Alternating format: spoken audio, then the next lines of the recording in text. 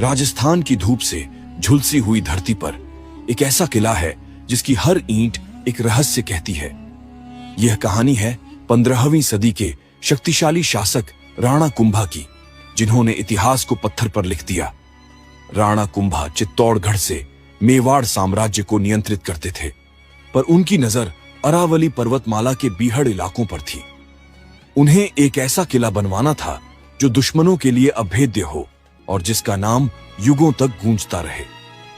राणा ने निर्णय लिया कि किले का निर्माण कुंभलगढ़ नाम से किया जाएगा, एक ऐसा दुर्ग जो सामर्थ्य और संकल्प का प्रतीक बनेगा। कुंभलगढ़ का स्थान तय हुआ। अरावली की ऊंची पहाड़ियों पर, घने जंगलों और गहरी घाटियों के बीच निर्माण कार्य शुरू हुआ। पत्थरों को काटा गया, मिट्टी को समतल किया गया, दीवारों की नींव रखी गई। लेकिन एक विचित्र घटना होने लगी। हर रात जो भी निर्माण होता, सुबह तक वह ढह चुका होता। राजा परेशान हो गए। राजपुरोहितों, वास्तुकारों, ज्योतिषियों को बुलाया गया। सबने अपने अपने कारण बताए। कोई ग्रह दोष, कोई वास्तु दोष, तो कोई अशुभ शक्तियों का प्रभाव।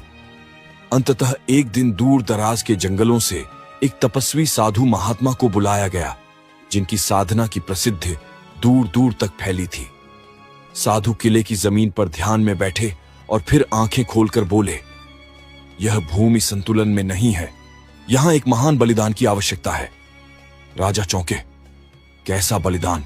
साधु बोले, यदि एक सच्चा संत स्वयं की बलि इस भूमि पर दे तो ऊर्जा संतुलित होगी और निर्माण पूर्ण होगा। दरबार सन्न रह गया।